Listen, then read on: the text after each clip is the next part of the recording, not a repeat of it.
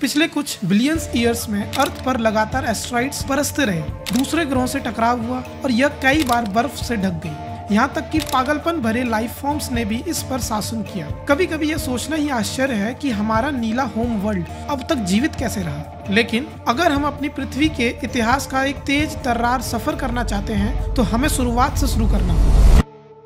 4.5 billion years ago, लगभग 4.5 billion years पहले हमारा सोलर सिस्टम एक घने इंटरस्टेलर गैस और डस्ट के बादल से उभरना शुरू हुआ। यह बादल सिकुड़कर घूमती हुई डिस्क ऑफ मैटर में बदल गया, जो लगातार गर्म और गर्म होता गया जब तक कि हाइड्रोजन आपस में मिलकर हीलियम न बना ले। और ऐसे ही हमारा सन जन्मा और साथ ही नन्ही अर्थ का भी सफर यहीं से शुरू होता है। हमारे तारे के जन्म के बाद उस घूमती हुई डिस्क के दूर छोर पर मौजूद मैटर आपस में इकट्ठा होकर क्लम्प्स बनाने लगा। यही क्लम्प्स आगे चलकर प्लैनेट्स और मून्स के बीज बने। जैसे जैसे इनमें और मैटर जुड़ता गया, ये बड़े और गोलाकार होते गए। सोलर सिस्टम के ठंडे इलाकों के क्लम्प्स मुख्य रूप से बर्फ, तरल और गैस से बने थे, लेकिन सन के पास के रॉकी मटेरियल ने भीतरी ग्रह बनाए, जैसे मार्स और अर्थ। यह युवा अर्थ बेहद सक्रिय थी ज्वालामुखीय दृष्टि से। इसने हाइड्रोजन सल्फाइड, मीथेन और कार्बन डाइऑक्साइड जैसे गैसों को बाहर फेंका। इन्हीं गैसों से पृथ्वी का पहला एटमॉस्फेयर बना। शुरुआती अर्थ लगातार बड़े एस्टेरॉइड्स और कॉमेट्स से टकराती रही और जल्द ही अर्थ ने एक और भीषण टकराव देखा। थिया, जो मार्स के आकार का एक ग्रह था, हमारी युवा पृथ्वी से टकरा गया। इस महाटकराव ने पृथ्वी की ऑर्बिट में मैटर के टुकड़े बिखेर दिए, जिन्हें बाद में ग्रेविटी ने जोड़कर हमारे चंद्रमा यानी मून का निर्माण किया। 3.8 बिलियन ईयर्स अगो, इस गर्म अर्थ पर उस समय कोई महासागर नहीं थे। सारा पानी गैस के रूप में मौजूद था। लेकिन लगभग 3.8 बिलियन ईयर्स पहले पृथ्वी इतनी ठंडी हुई कि पानी संगठित होकर तरल बन गया। इस युवा अर्थ पर पहला आदिम महासागर बना और यह एक वाटर वर्ल्ड में बदल गई। H2O जीवन बनाने के लिए आवश्यक सामग्री है, जो इतनी अधिक मात्रा में पानी के साथ लगभग 3.7 बिलियन ईयर्स पहले अर्थ पर जीवन का आगमन हुआ। ये सबसे प्रारंभिक जीवन रूप माइक्रोस्कोपिक ऑर्गेनिजम्स थे, लेकिन लगभग 1 बिलियन साल बाद इन्हीं में से कुछ ऑर्गेनिजम्स ने दुनिया का रास्ता बदल दिया। 3.3 बिलियन ईयर्स अगो, अर्थ लंबे समय तक वाटर वर्ल्ड नहीं रही। जल्द ही प्राचीन महासागर से पहले महाद्वीप उभर आए। वैज्ञानिक इन्हें क्रेटॉन कहते हैं। जैसे जैसे और जमीन समुद्र से बाहर आई, पृथ्वी पर पहला सुपर कॉन्टिनेंट बना। इसे वालबारा कहा गया। हालांकि यह बहुत बड़ा नहीं था। वैज्ञानिक मानते हैं कि यह ऑस्ट्रेलिया से भी छोटा था। 2.4 billion years ago,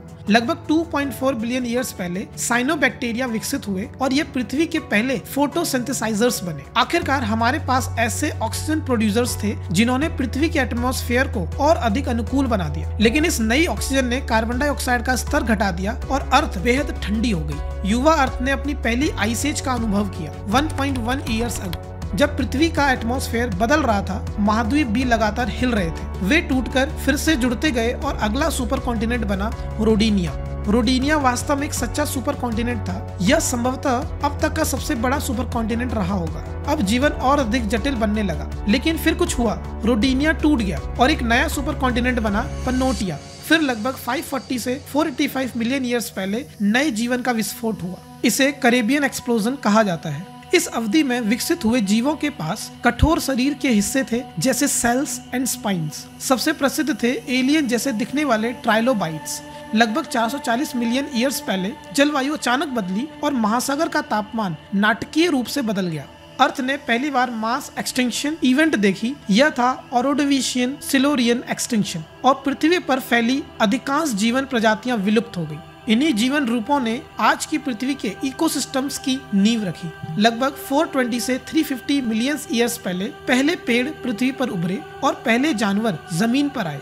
250 million years ago, 250 million years पहले पृथ्वी आखिरी और विशाल सुपर कॉन्टिनेंट पेंजिया से ढकी थी। दुर्भाग्य से इसी समय अर्थ ने इतिहास की सबसे बड़ी मास एक्सटिंक्शन इवेंट देखी। इसे कहा जाता है द ग्रेट डाइंग। बेहद अधिक ग्रीन हाउस गैसेस और तेज ग्लोबल वार्मिंग ने पृथ्वी की लगभग 90% प्रजातियों को समाप्त कर दिया। लेकिन इस मास एक्सटिंक्शन ने अगली प्रजातियों के विकास का रास्ता बनाया। 240 से 230 मिलियन ईयर्स पहले डायनासोर्स प्रकट हुए और अगले 150 मिलियन ईयर्स तक उन्होंने भूमि पर राज किया।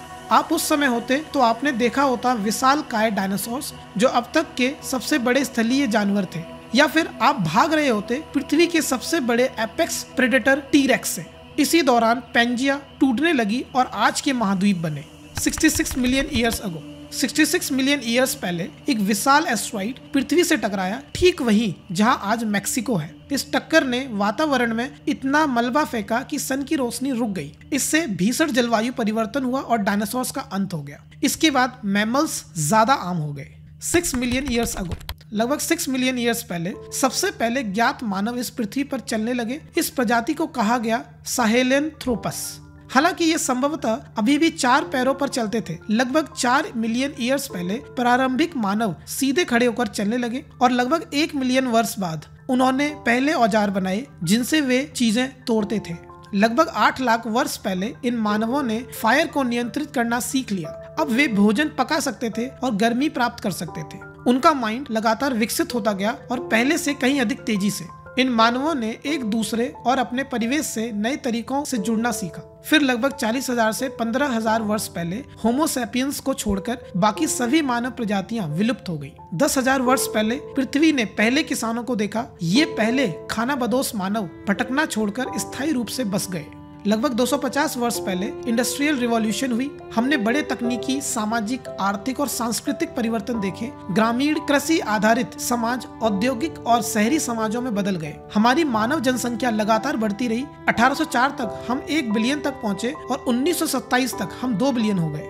और 1960 के बाद से वैश्विक जनसंख्या तेजी से बढ़ रही और अब यह 8 बिलियन से अधिक है। और अब मानव अस्तित्व और अन्य जीवन रूपों के लिए एक नया खतरा सामने है, क्लाइमेट चेंज। दुनिया भर में तापमान और समुद्र का स्तर बढ़ रहा है और बायोडायवर्सिटी घट रही है। अगर हालात नहीं बदले तो हम एक और मास एक्सटिंक्शन इवेंट के कगार पर हो सकते हैं, लेकिन वह अब किसी और वीडियो में।